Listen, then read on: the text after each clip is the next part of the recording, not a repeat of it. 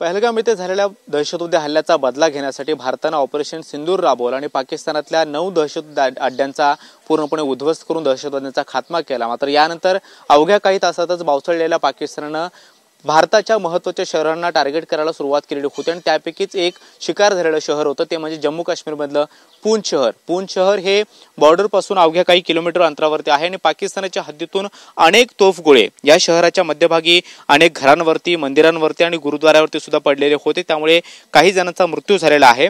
जिथे मी आता उभा आहे ते पूंछ शहरातल्या मध्यभागातले एक घर आहे आणि या घराच्या या भागामध्ये हा शेलिंग जो आहे तो कोसळलेला होता, तोफगोळा पडलेला होता आणि तिथे मोठा खड्डा पडल्याचं सुद्धा पाहायला मिळते। असे निशाण पूंछ शहरातल्या वेगवेगळ्या भागामध्ये सुद्धा पाहायला मिळत आहेत। मात्र या घराच्या या भागामध्ये जे शेलिंग पडलं ते शेलिंग पडल्याच्या अगदी समोरच्या बाजूला जी बाल्कनी या माझ्या कॅमेरामध्ये दिसते आहे तिथे 50 वर्षीय अमरजीत सिंग उभे होते आणि त्यांना या शेलिंगचे तुकडे जाऊन धडकले आणि त्यानंतर त्यांचा दुर्दैवाने मृत्यू या घटनेमध्ये झालेला आहे। या शेलिंग ज्या घरावरती पडलेला आहे त्याच घराच्या टेरेसवरती आणखी एक व्यक्ती होती। त्यांना अमरजीत सिंग वारंवार सांगत होते की आकाशातून आर्टिलरी फायरिंग होत आहे, पाकिस्तानाच्या हद्दीतून हे तोफगोळे येत आहेत आणि त्यामुळे तुम्ही जपून राहा, काळजी घ्या। मात्र तेवढ्याच अवघ्या काही क्षणामध्ये हे शेलिंग जे आहे, तोफगोळा जो आहे तो या घराच्या टेरेसवरती पडलेला होता आणि त्याचे जे छर्रे आहेत ते समोरच्या बाल्कनीत उभे असलेल्या अमरजीत सिंग यांच्या अंगावरती जाऊन धडकले आणि त्यानंतर त्यांचा दुर्दैवाने मृत्यू झालेला आहे। समोरचं घर आपण पाहतो, त्यांच्या घरातले काही सदस्य आता पाहायला मिळत आहेत। त्यांना भेटीगाठी करण्यासाठी या जम्मू काश्मीर मधले जे काही स्थानिक लोकप्रतिनिधी आहेत ते सुद्धा येतात, प्रशासनातले काही लोक मंडळी येत आहेत आणि संपूर्ण माहिती घेण्याचा प्रयत्न करतायत। मात्र अमरजीत सिंग हे 50 वर्षांचे होते आणि भारतीय लष्करामध्ये त्यांनी काम केलेलं होतं। ते एक्स रिटायर्ड आर्मी पर्सन होते आणि त्यांचा यामध्ये दुर्दैवाने मृत्यू झालेला आहे। पुन्हा एकदा जिथे हे शेलिंग पडलं त्या शेलिंगची दृश्य मी दाखवू इच्छिन कॅमेरामन रोहन पवारला मी विनंती करतो की त्यांना पुढे थोडे येऊन हे जे शेलिंगचा हा खड्डा जो आहे जो पडलेला आहे तो सुद्धा दाखवावा।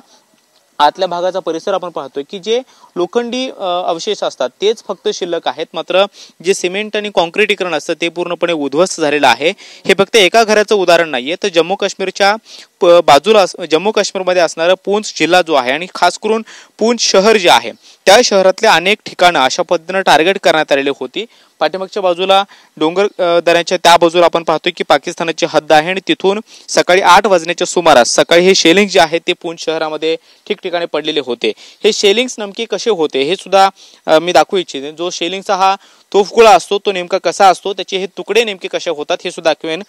कॅमेरामनला मी विनंती करतो की हे जे लोखंडी तुकडे जे आता हातामध्ये आहेत ते म्हणजे जे पाहायला मिळत आहेत हे शेलिंग पडल्यानंतर त्याचे जे छर्रे उडून आजूबाजूला पडतात त्यापैकीचे हे काही तुकडे आहेत जे माझ्या हाती आता आहेत आणि हे या शेलिंग जिथे पडलेलं होतं त्याच्या आजूबाजूला पाहायला मिळत होतं। अतिशय जड अशा पद्धतीचं हे धातूचा हा पदार्थ आहे आणि हा शेलिंग म्हणजे तोफगोळा जो आहे तो या पूंछ शहरातल्या अनेक भागामध्ये पडलेला होता आणि याचे छर्रे अनेकांना लागले, अनेक लोक जखमी झाले, त्याचबरोबर अनेकांचा मृत्यू झाला। एकूण 13 लोक यामध्ये मृत्युमुखी पडलेले आहेत पाकिस्तानच्या या सगळ्या माऱ्यामध्ये आणि त्याचबरोबर ते 50 पेक्षा अधिक लोक जे आहेत ते जखमी झालेले आहेत। मात्र या भारतीयांना पाकिस्तानाने ज्या पद्धतीने टार्गेट केलं त्याचा बदला म्हणून आज भारतीय लष्कराने 50 पेक्षा अधिक ड्रोन जे आहेत ते पाकिस्तानाच्या हद्दीमध्ये सोडले आणि अनेक ठिकाणी या ड्रोनच्या माध्यमातून हल्ला केला। त्याचबरोबर लाहोरमध्ये जी पाकिस्तानी आर्मीची जी एअर डिफेन्स सिस्टीम आहे ती पुणे निष्क्रिय केलेली आहे, ती पुणे उद्ध्वस्त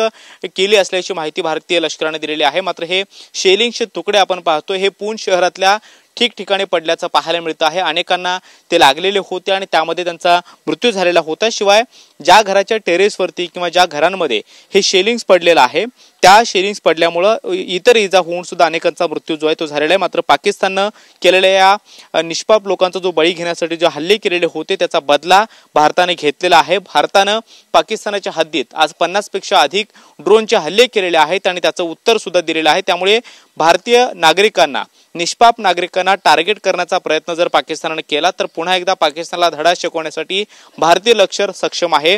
हा मेसेज आज भारतानं सलग दुसऱ्या दिवशी पुन्हा एकदा दिलेला आहे। त्यामुळे ऑपरेशन सिंदूर नंतर पुन्हा पाकिस्तानामध्ये ड्रोनच्या माध्यमातून हल्ले जे आहेत ते भारताने केले असल्याचं पाहायला मिळतंय।